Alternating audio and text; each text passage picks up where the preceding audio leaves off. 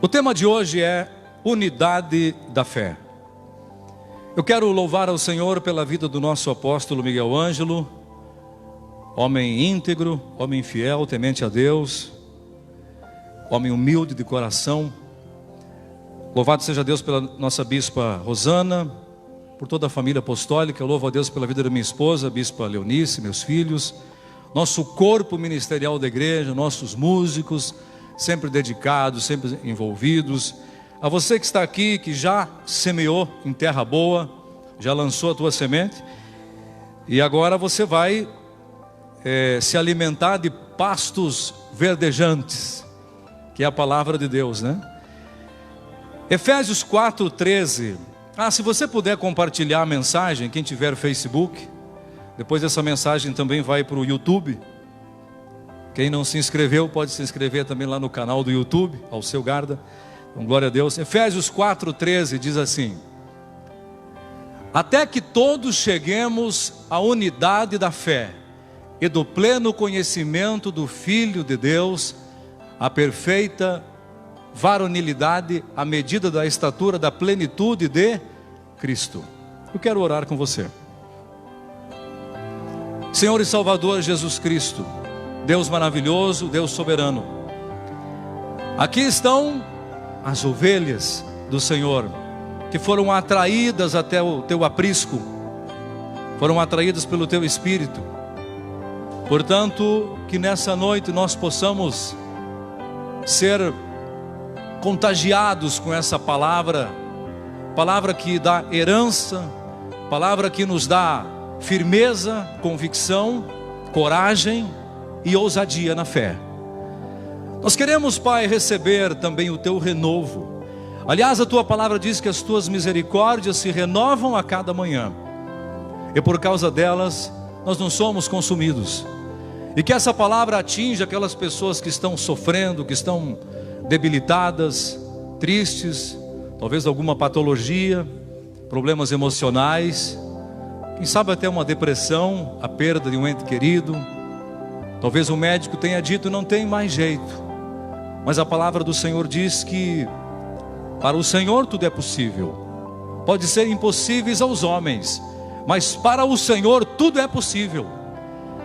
Então, Deus, que aqueles que estão aqui, aqueles que nos assistem, que recebam nessa noite o teu galardão, a tua recompensa, especialmente aqueles que são fiéis ao Senhor, aqueles que têm se envolvido com o Senhor, e que recebam o renovo, recebam também essas palavras, e que possam colocar em prática no seu dia a dia, em nome de Jesus. Fala conosco, fala com o teu povo, e toda a igreja diga amém e amém, graças a Deus.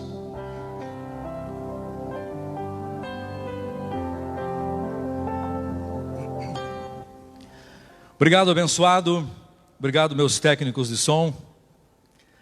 Lá na mesa de som de frente, meu filho Ian, John também sempre prestativo, Carlos, Tiago, todos fazendo parte desse contexto. Glórias a Deus pela vida de cada um. Minha família na fé, povo eleito de Deus, nação santa, mais do que vencedores, sarados pelas chagas de Cristo. Diga para quem está do seu lado, diga: você está sarado pelas chagas de Cristo. Somos sarados pelas chagas de Cristo. O apóstolo Paulo fala em Efésios sobre a perfeição da vida espiritual. Olha só que interessante o que Paulo diz em Colossenses 1:28. O qual nós anunciamos, advertindo a todo homem, ensinando a todo homem em toda a sabedoria, a fim de que apresentemos todo homem perfeito em Cristo. Você está perfeito em Cristo. Está falando de quê? Vida espiritual. Na carne nós temos uma luta. Por isso existe a igreja, por isso existe a palavra de Deus, para nós alimentar a nossa carne com alimento saudável, É o que estamos fazendo hoje. Mas Você sabe que muitos dão desculpa, não, mas a carne é fraca, realmente é fraca. E muitos usam essa desculpa e vivem caindo nos mesmos erros. Não pode. A vida se torna uma mesmice, né? Mas é preciso então separar aqui essa questão da carne e do espírito. Porque existem pessoas que querem servir a Deus na carne. Sabe como? Fazendo sacrifício, jejuando, pagando o preço. E isso dá uma falsa sensação de que a pessoa está fazendo algo e que Deus está comovido com aquilo, né? Que Deus está impressionado. Só que não é assim. Sacrifícios carnais não têm interligação com vida espiritual, não tem nada a ver. Olha o que diz Hebreus 9:9. E isto é uma parábola para a época presente, segundo esta se oferecem tanto dons como sacrifícios. Embora estes, os sacrifícios, né, no tocante à consciência, sejam ineficazes para aperfeiçoar aquele que presta culto. Então, sacrifício é o quê? Ineficaz. Ou seja, qualquer sacrifício não serve. Parece interessante para o ser humano, mas para Deus não serve. Então, através do conhecimento da palavra, da graça de Deus, nós nos tornamos pessoas habilitadas. E nós podemos compreender que em Cristo nós somos perfeitos. Esta perfeição se dá a nível espiritual. 2 Timóteo 3,17 diz assim: a fim de que o homem de Deus seja perfeito e perfeitamente habilitado para toda boa obra, perfeitos em Cristo. Você sabe que o povo da lei não se sente assim. A tradição usa algumas expressões, por exemplo, somos pecadores. Pastor, eu sou um pecador. Só para esclarecer, enquanto a pessoa se sente pecadora, ela não é salva. Então você não pode se sentir um pecador, você é perfeito em Cristo. A maioria fala, somos todos pecadores. Claro que na carne ninguém é perfeito, mas estamos tratando de quê? Vida espiritual. Se fosse pela nossa carne, sabe quem seria salvo aqui? Só eu. É? Ninguém seria salvo. Ninguém seria salvo se fosse pela nossa carne. Nós somos salvos por Cristo. Uma vez eu falei isso para uma pessoa, disse, então eu sou salvo, então eu vou matar, vou roubar, vou destruir. Essa é a tua vontade? Eu falei para ela, não.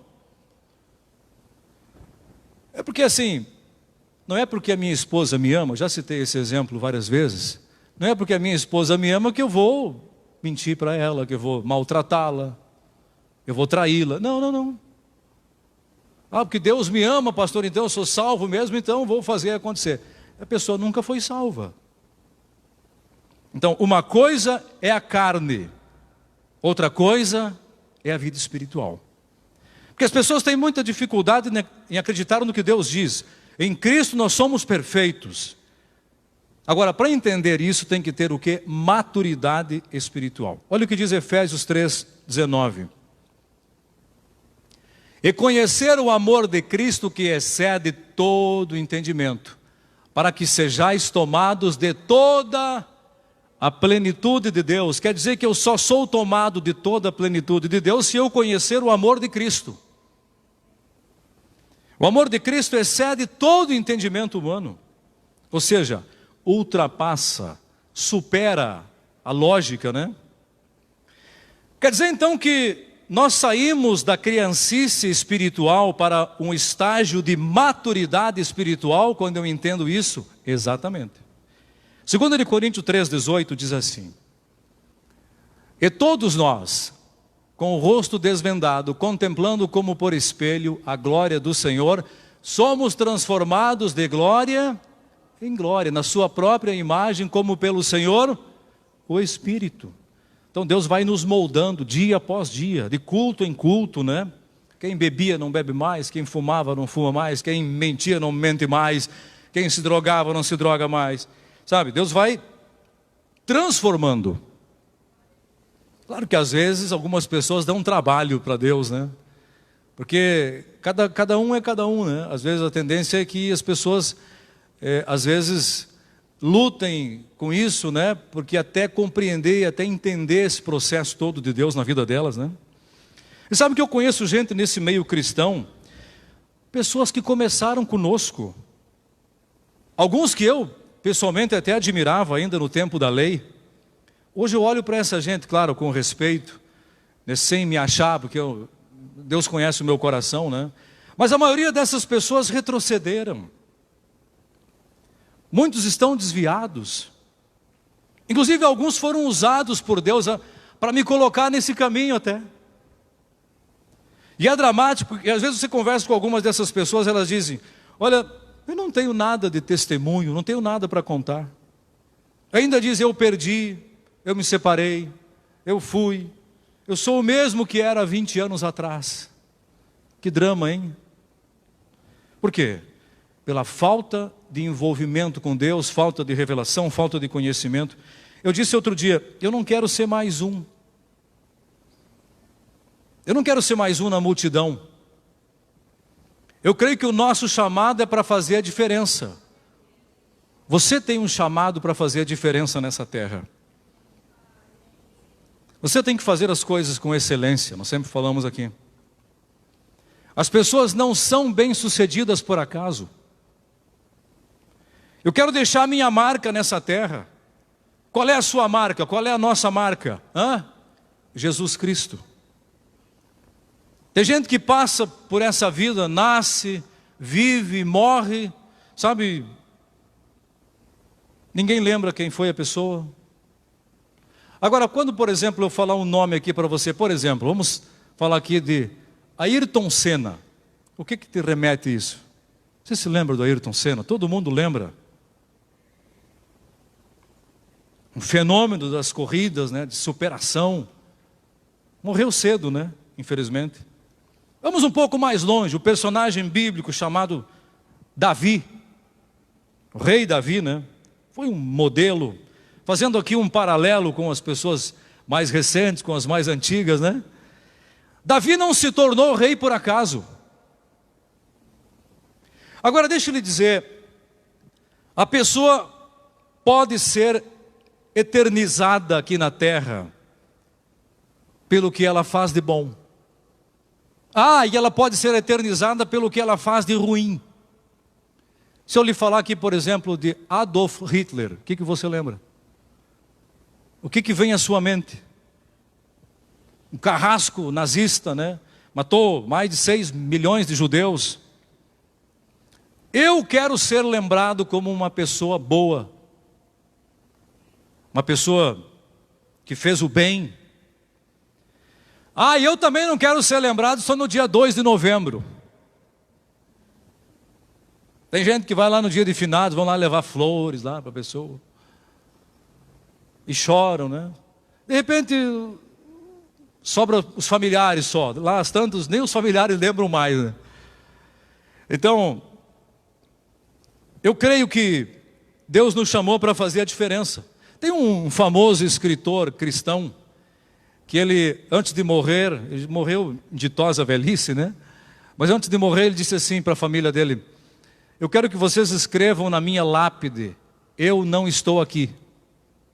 E se você vai lá no túmulo desse senhor que faleceu, está lá desse escritor: eu não estou aqui.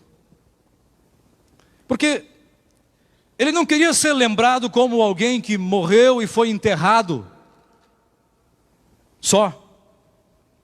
Esse escritor, ele dizia assim: eu quero ser lembrado pelo que eu fui como pai, como esposo, como filho. Eu quero ser lembrado por isso. Como profissional que fui, um bom profissional, um grande empresário, uma pessoa bem-sucedida. Pode ser qualquer cargo, até político, né? Nós temos que ser lembrado, né, por aquilo que nós fazemos de bom. Seja qual for a profissão, qual for o desafio que você tem pela frente, faça as coisas com excelência. Aliás, nós não vamos morrer, você sabia? Você vai ser promovido. Diga: eu serei promovido. Claro, em ditosa velhice. Você sabia que a Bíblia diz que todos os nossos dias estão escritos e determinados? Salmo 139, 16. Não está aqui, mas se você for na Bíblia, diz que Deus escreveu todos os nossos dias. E nós somos da descendência de quem? De Abraão. Abraão morreu em ditosa velhice, e em tudo o Senhor havia abençoado. Então você sabe que poucos são os ministérios que pregam, sabe que, por exemplo, a salvação não se perde. A maioria prega céu ou inferno, e ainda colocam lá no título, né? Céu ou inferno, qual a sua escolha? Eu fico imaginando alguém: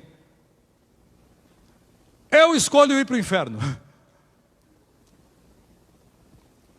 Se dependesse de nós, né? Não depende de nós. Sabe, dependeu, sabe de quem? De Cristo na cruz. Por isso você é um cristão. Se você fosse para o inferno, o sangue de Cristo não serviria para nada, seria como sangue de galinha. Daquele frango depenado que você viu outro dia. Então a verdade é que as pessoas estão cheias de conflitos, cheias de medos. Você sabe que muitos nos assistem, né, no Facebook, outros nos programas de rádio, e às vezes me mandam mensagem, e você começa a compreender por que a Bíblia diz que a lei é maldita, né? O que você começa a entender? Porque as pessoas, sabe, a lei parece que cria uma amarra a pessoa, e é um conflito. Não fique preso a nenhum tipo de denominação, ao legalismo, a nada nesse mundo. Se prenda a Jesus Cristo só. Na verdade, os crentes andam assustados, porque não lhes é ensinado a verdade. As pessoas vivem inseguras, com medos. E a pessoa nunca se torna madura na lei, nunca se torna independente espiritual, sempre precisa de alguém para orar, para impor as mãos. Ela nunca se torna independente. Ela sempre tem que ter alguma coisa para tocar. Pastor, quem sabe o senhor não tem aí um óleozinho para mim levar para casa? Um saquinho de sal? Isso é idolatria. Então, todos nós estamos sofrendo aqui na igreja uma grande transformação. Diga glórias a Deus. Transformação espiritual. Não é transformação do visual. Tem gente que muda o visual, né? Paulo disse: transformai-vos pela renovação da vossa mente. Tem gente que muda a roupa, muda o cabelo, né? Deus não quer saber dessas coisas. Deus quer o teu coração. Que adianta a pessoa estar lá com um saião arrastando no chão, né? Um cabelão, não pinta a unha, aí depois o coração perverso, cheio de mágoa, cheio de ódio. O que adianta? Resolve alguma coisa? Então nós não podemos misturar graça com lei. Outro dia alguém me ligou e disse: pastor, aqui na minha cidade não tem Cristo Vive. Eu disse: fique pela internet. Entre em contato conosco para trocar uma ideia, né, a respeito disso. Mas não se submeta a julgo de escravidão da lei. Não se submeta a julgo de escravidão da lei. Você sabe que o meu filho hoje falou algumas coisas comigo lá em casa, eu achei até bacana. Estávamos conversando de meio-dia, e ele disse assim: interessante que parece que é mais fácil um idólatra vir para a igreja, um espírita ou qualquer religião tradicional, do que um legalista. E é verdade. Porque a lei cria uma espécie de blindagem no cérebro, parece, das pessoas, né? Parece que nada mais entra. O apóstolo Paulo chama isso de jactância. Sabe o que significa jactância? Vaidade, orgulho. Pessoa, eu não vou me submeter a esse pastor.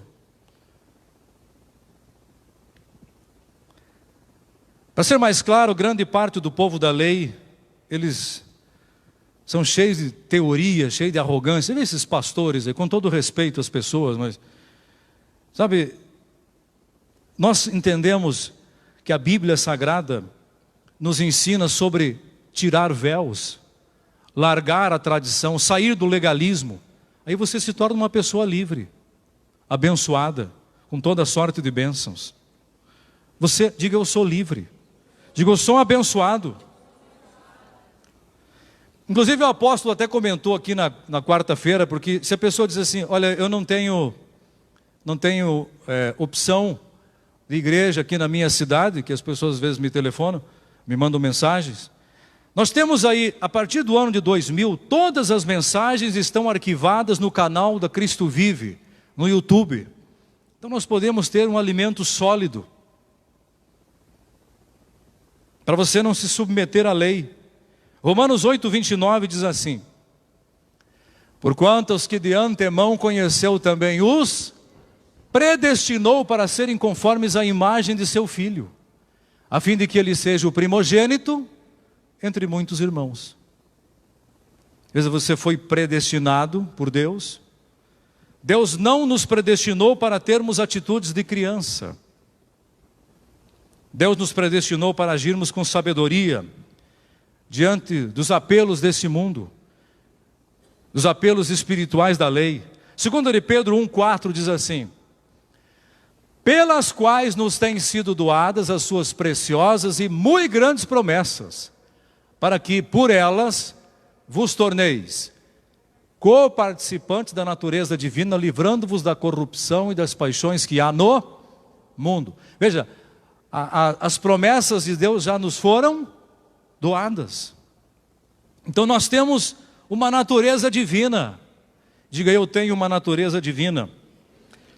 Então o verdadeiro cristão, ele não vive de aparência, né?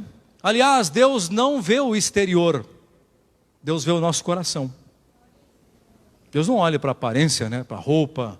Deus não quer saber disso. Deus vê o coração. Eu poderia vir aqui no altar com técnicas de persuasão, sabe, com um esquema para atrair gente, formas, né, fazer você rir bastante, contar piada aqui, né? Você sabe que hoje em dia tem uns pregadores aí que é um verdadeiro show de stand-up. É legal, é interessante, impressiona, atrai gente. Mas a pergunta é: será que o coração está voltado 100% ao Senhor? Será que a glória é 100% para Cristo? Será que isso muda a vida das pessoas? Isso traz revelação da graça genuína? Provérbios 4:18 diz assim: mas a vereda dos justos é como a luz da aurora, que vai brilhando mais e mais, até ser dia perfeito. Isso é um processo gradual na nossa vida, né? Ou seja, você vai brilhando a cada dia mais, até que seja dia perfeito. Pastor, mas quem é que faz essa transformação na vida? É o Espírito Santo que está em você. Nós não precisamos ficar: vem Espírito Santo. Não, o Espírito Santo está em nós. A Bíblia diz que nós fomos selados com o Espírito Santo. O Espírito Santo está na nossa vida. Não tem nada a ver com a lei, não tem nada a ver com sacrifício, com humilhação. Ah, pastor, mas eu ouvi falar que tem que fazer oração e jejum pelo Brasil, pela nossa nação. Não, oração, beleza. Agora, Deus não tem nada a ver com sacrifício. Deus não quer sacrifício. João 3:27 diz assim: respondeu João: o homem não pode receber coisa alguma se do céu não lhe for dada. Se não for a vontade de Deus, se não for o Senhor. Porque os homens, eles prometem muitas coisas, mas 100% confiável, só o Senhor. Eu me recordo de algumas situações que nós já passamos aqui na igreja, nesses quase 16 anos de ministério, né? Todas as vezes que nós fazíamos algum tipo de investimento na igreja, sempre algumas situações se levantavam, para ver se nós estávamos firmes e confiantes. Até chegar o momento do amadurecimento, né? Deus nunca deixou faltar nada. Você sabe que até hoje, quando vem o vento, né? Quando vem os problemas, Nós já temos consciência. É Deus nos preparando para grandes milagres. Então, quando tudo se levanta na sua vida, quando começa problema daqui, pastor, eu estou com umas ideias, mas parece que não dá certo, por que isso, por que aquilo? Se prepare que Deus está te preparando para algo melhor. Algo grandioso tem que acontecer na sua vida. Deus não falha. Diga, Deus não falha. Pastor, estão lhe criticando porque o senhor fala algumas coisas aí. Ó, se estão me criticando é porque nós estamos fazendo efeito. Agora, o ruim é se ninguém fala nada, ninguém, pastor, o cara não fede, não cheira, não. Mas não é esse o objetivo de ser criticado, tá? E se as pessoas nos criticam é porque talvez não entenderam. João 15:5 diz assim: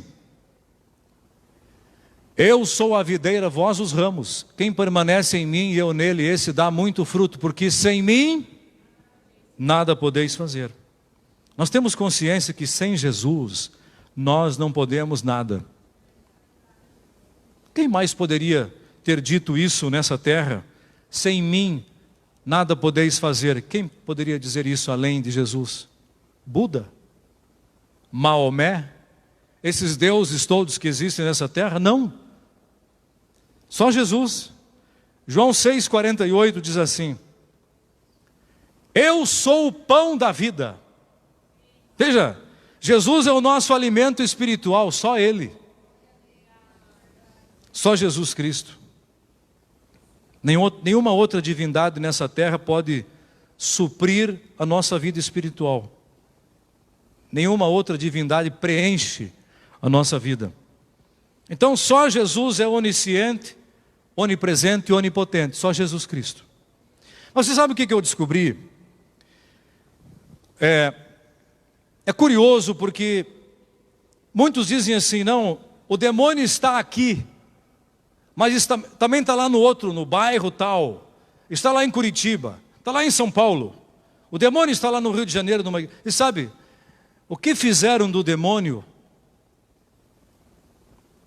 Eles deram virtudes ao demônio que não são do demônio, né? Não é do capeta essas virtudes.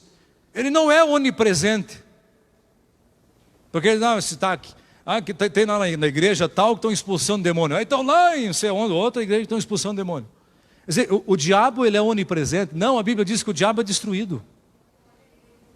Ele não tem poder na nossa vida. Aquele que nasceu de Deus o guarda e o maligno não lhe toca. Então nós não podemos dar virtudes a alguém que já foi derrotado por Cristo. Parece que o capeta é aqui onipresente, onipotente. Parece que o diabo e Deus estão lá num ringue, numa luta para ver quem vai ganhar. Amados, Deus é maior. É o Criador de todas as coisas. Só Ele é onipotente, onipresente e onisciente. João 15,4 diz assim: permanecei em mim e eu permanecerei em vós. Como não pode o ramo produzir fruto de si mesmo, se não permanecer na videira? Assim também nem vós podeis dar, se não permanecerdes em mim. Veja, de nós mesmos não somos capazes de produzir nada. Quer dizer então que nós sozinhos, sem a videira, nada acontece? Nada acontece. Pastor, eu não preciso de igreja.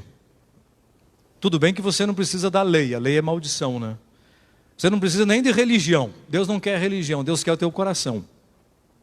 Mas sem esse envolvimento, né, a vida se torna sem graça, a vida se torna um fardo pesado. Filipenses 4,13. Tudo posso naquele que me fortalece. Diga, tudo posso naquele que me fortalece. Diga, quem me fortalece é Jesus. Diga, logo eu posso tudo. Então nós podemos todas as coisas. Nós somos abençoados, né? Não queira você viver uma carreira solo. Você sabe que tem artistas, né, que se desvencilham lá do grupo e vão querer viver uma carreira solo. E muitos se dão mal. Nós, sem Jesus Cristo, não somos nada. Eu vou lhe dizer uma coisa, graças a Deus que essa igreja aqui é uma bênção, né? Como diria Marildinha, é uma benção, né, abençoado? Poucas igrejas têm a paz que existe nessa igreja. Eu estou falando aqui do corpo ministerial, estou falando dos membros. Aqui não tem grupos divididos aqui dentro. Aqui não há, sabe, um povo que vive em guerra. Eu conheço lugares que existem grupos, né? Eu ouço cada história de igrejas por aí. Tem o grupo A que não se dá com o grupo B. E aí se reúne lá uma galera para descer a lenha no pastor. E sabe, é uma confusão generalizada nas igrejas. Graças a Deus que aqui, eu creio que você me ama, eu amo você, somos uma família. Aqui ninguém é popstar, aqui dentro aqui não tem ninguém melhor que ninguém. João 14:12 diz assim: em verdade vos digo que aquele que crê em mim fará também as obras que eu faço e outras maiores fará, porque eu vou para junto do Pai. Pastor, eu vou fazer coisas maiores que Jesus fez? O senhor está fora da casinha. Não, é que Jesus, quando ele veio para cumprir a lei. Ele deixou tudo pronto para nós. Nós vivemos pela graça. A graça é um pacto superior. Jesus disse que nós podemos fazer obras maiores do que ele fez. Muito além do que ele fez, né? Joel 2:28 diz assim: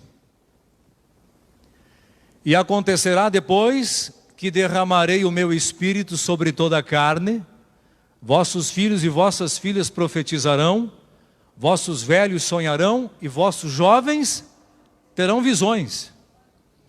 Pastor, mas aqui diz que Deus vai derramar o espírito dele sobre toda a carne. Lembre-se que aqui era o velho pacto, foi antes de Cristo cumprir a lei.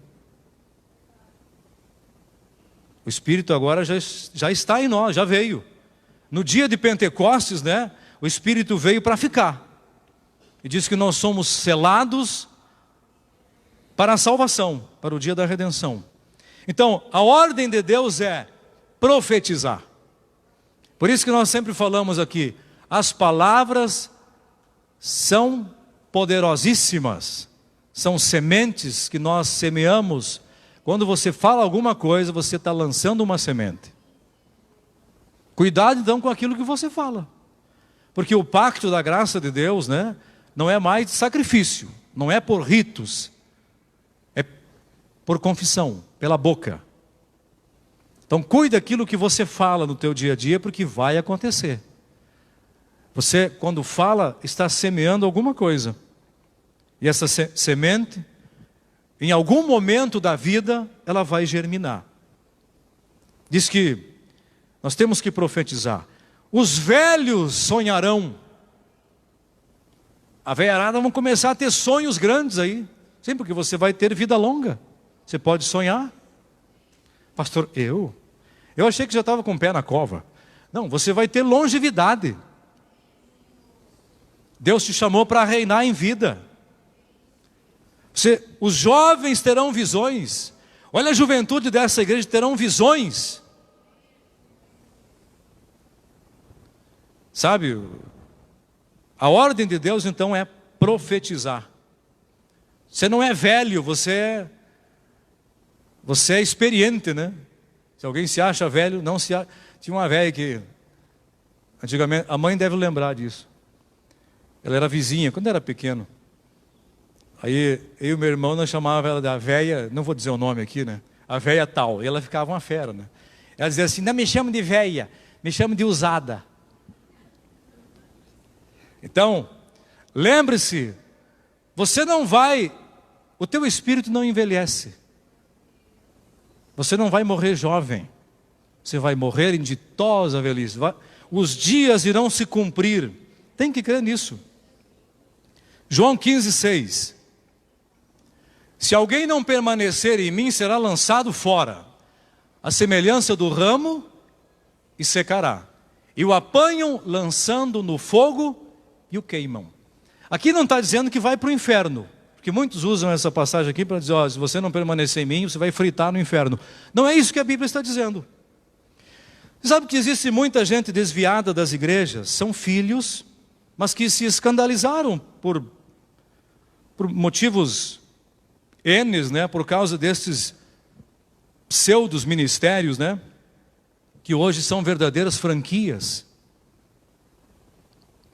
Fazem da obra de Cristo um balcão de negócio. E os da perdição, eles aproveitam dessa situação e para tentar denegrir. É todo mundo igual. Não viu lá aquela pastora que mandou matar o marido lá? Isso aí é tudo igual. São filhos da perdição que pensam assim. E o pior é o seguinte, eles usam de artimanhas, né? Usam dessa incredulidade, né, para tentar denegrir, e muitos eleitos de Deus são levados por esse vento, né? Realmente, eu acho que é tudo igual. Então nós somos o povo da graça de Deus, aqui tem zelo, nessa igreja nós temos um compromisso com a verdade, aqui não se explora ninguém. Então, permanecer em Deus não é só no domingo e quarta-feira, é todos os dias. Do contrário, o ramo não dá fruto. Então, eu não posso justificar a minha incredulidade ou a falta de confiança em Deus só porque tem muita gente dando mau testemunho. Hoje nas igrejas existem muitos pastores, que a maioria são profissionais com técnicas, né, para iludir, eles são treinados, né, para isso. E muita gente está fazendo a mesma pergunta que Maria Madalena fez um dia. Olha só essa passagem, João 20:13. Quando Maria Madalena esteve lá no sepulcro, então eles lhe perguntaram, mulher, por que choras? Ela lhes respondeu, porque levaram o meu Senhor e não sei onde o puseram. Onde está Cristo nesse Brasil? Trocaram Jesus por objetos, por coisas, por um copo d'água, por uma fita, um vidrinho de óleo. Onde está Cristo? Hoje existem ministérios que estão casando pessoas do mesmo sexo. Existem igrejas com pastores gays. Então, a pergunta é, onde puseram Cristo? Aqui não tem, nesse altar, graças a Deus, você me conhece. A maioria aqui me conhece desde que eu nasci. A maioria não. Muita gente me conhece aqui desde que eu nasci. Você sabe aonde você está pisando. Aqui não tem um pastor, daqui a pouco faz um grupo lá, uma reunião, vamos eleger quem vai ser o próximo pastor. Vamos trazer aqui um de fora. Ninguém sabe quem é. Mas é de fora. Nem sabe da vida da pessoa, né? Então, o nosso líder, eu disse aqui no início, o nosso líder, o apóstolo Miguel Ângelo, é o nosso modelo a ser seguido. É um homem humilde, um coração enorme, homem íntegro, né, que nunca se envolveu com nenhum esquema desse mundo. Aliás, já teve assédio, né? Diz que por várias vezes chegaram pessoas, porque o senhor tinha que entrar num esquema aqui, para nós abrirmos igreja em tudo quanto é lugar. Eu lhe ofereço tanto, a gente abre aqui um contrato e vamos fazer um contrato de gaveta. E aí o apóstolo, não, aqui não. Mas o senhor não faz, porque a igreja tal fez. Se eu abrir aqui os nomes das igrejas, você vai ficar apavorado. Não vou falar. Mas a igreja tal fez, porque Deus... Grande parte faz isso. Mas eu não vou fazer. Aí um deles falou assim, mas então o senhor é um burro. Ele falou, não, eu sou ovelha. Burro não, sou ovelha. 2 Coríntios 5,16. E assim que nós daqui por diante a ninguém conhecemos segundo a carne. Isso é interessante. Se você olhar para quem está do teu lado na carne, você vai enxergar defeitos. Se você olhar para mim, você vai ver defeitos em mim. Ah, esse pastor eu não sei não, mas ele fala umas coisas. Ele sei lá, com essa gravata dele aí. Se nós nos olharmos na carne, nós vamos ver defeitos uns nos outros. Por isso Jesus diz, a ninguém conhecemos segundo a carne. Por que existem brigas aí nos ministérios, aí fora as pessoas se arrebentam no pau? Por quê? Porque se olham na carne, ficam achando defeitos. Você sabe, às vezes você olha para mim, mas o seu deve ser um perfeito. É que você não convive comigo no dia a dia. E eu também não convivo com você. Porque se nós convivermos, eu começo a achar defeito, porque fulano, porque beltrano. Ah, e a Bíblia diz, nem Cristo quer ser visto segundo a carne. Aquele que cumpriu a lei, aquele que carregou a cruz, que pagou o preço. Assim que nós daqui por diante a ninguém conhecemos segundo a carne. E se antes conhecemos Cristo segundo a carne, já agora não o conhecemos desse modo. O Cristo segundo a carne, o que ele fez? Ele lutou com o demônio. Precisa lutar com o demônio hoje? Não. Ele o derrotou. Mas por que se faz isso nas igrejas? Para impressionar. Eles querem chamar a atenção. Hoje nós precisamos pagar o preço? Não, Cristo já pagou por nós. Nós precisamos fazer sacrifício? Ele já fez. Pastor, então se nós não devemos mais viver o Cristo segundo a carne, o que nós temos que viver hoje? Romanos 7,4. Assim, meus irmãos, também vós morrestes relativamente à lei por meio do corpo de Cristo, para pertencerdes a outro. Diga, eu pertenço a outro. A saber, aquele que ressuscitou dentre os mortos, a fim de que frutifiquemos para Deus. Então você quer dar frutos para Deus, você não deve mais viver o Cristo carne. Aquele Cristo que está lá nos livros de Mateus, Marcos, Lucas e João. Nós pertencemos a outro. Nós não pregamos Cristo carne. Nós até pregamos aqui, por exemplo, os livros de Mateus, Marcos, Lucas e João, mas nós mostramos aqui as evidências da graça, mas eu não posso entrar nas questões doutrinais desses 4 livros. Inclusive, a Sociedade Bíblica colocou aqui, se você ler no Novo Testamento, né? Eu vou começar aqui por Mateus, só para te mostrar, que aqui no Novo Testamento, nos 4 livros está escrito Evangelho segundo Mateus, Evangelho segundo Marcos. No original grego que foi escrito no Novo Testamento, não é Evangelho, é livro segundo Mateus, livro segundo Marcos. Aqui conta a história de Jesus cumprindo a lei em meio ao povo judeu. A Sociedade Bíblica colocou Evangelho. Mas você sabe que existe apenas um Evangelho, né? Qual é o único Evangelho? As 14 epístolas de Paulo. Olha o que Paulo disse em Gálatas 1,8. Mas ainda que nós, ou mesmo anjo, vindo do céu, vos pregue evangelho que vá além do que vos temos pregado, seja anátema. Fora da revelação da graça de Deus é maldição. Claro que toda a Bíblia, ela é inspirada por Deus, né? Mas eu tenho que separar os pactos, né? É preciso saber que existem coisas velhas e coisas novas. É necessário discernir o que já se fez e o que cabe a nós fazermos. Então nós cremos na sã doutrina da graça de Deus. O único Evangelho. Diga, único Evangelho. Então é um privilégio você ter a oportunidade de ouvir essa palavra. Modéstia à parte, né? Mas essa linguagem é a legítima linguagem de Deus. Então não se submeta a outro tipo de linguagem, porque não serve, não faz bem. Se não for a sã doutrina, se não for uma doutrina saudável, faz mal. Experimenta comer aí um alimento estragado para ver o que acontece. Vai fazer mal. Por isso que nós temos que ter discernimento. Aqui, nessa igreja, eu já disse aqui, não é uma linguagem monetária. Aqui nós não pastoreamos o bolso de ninguém aqui dentro. Aqui nós pastoreamos ovelhas. Cada um sabe o que fazer da sua vida. É você e Deus. Aqui ninguém se mete na vida de ninguém. O pastor vem aqui, prega, e é você e Deus. Isso é maravilhoso. É por isso que a obra de Deus dá certo. Por isso que a graça de Deus é o único evangelho. Não há outro.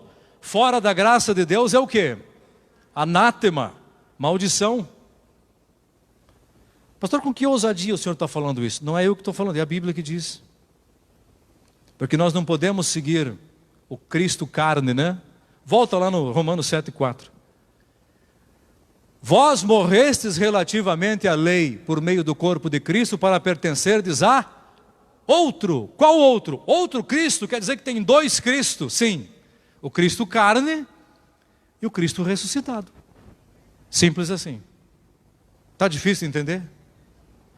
Então eu tenho que deixar de lado o Cristo carne. Porque o que o povo da lei quer fazer? Quer viver o Cristo carne. Não, Cristo jejuou. Eu tenho que jejuar. Cristo lutou com o demônio, pastor, por isso que nós lutamos com o demônio. Cristo pagou o preço, subiu no monte, por isso nós fazemos isso. Cristo morreu na cruz. Não, morrer na cruz não é comigo, pastor, aí não. Bom, se quer fazer o que Cristo fez, tem que morrer na cruz. Graças a Deus que você está nessa igreja. Aqui há discernimento. Amém? Assim seja, assim disse o Senhor. Vamos dar um aplauso a Cristo. Glórias a Deus, muito obrigado, abençoado. Obrigado aos nossos internautas. Agora a Bispa Leonina.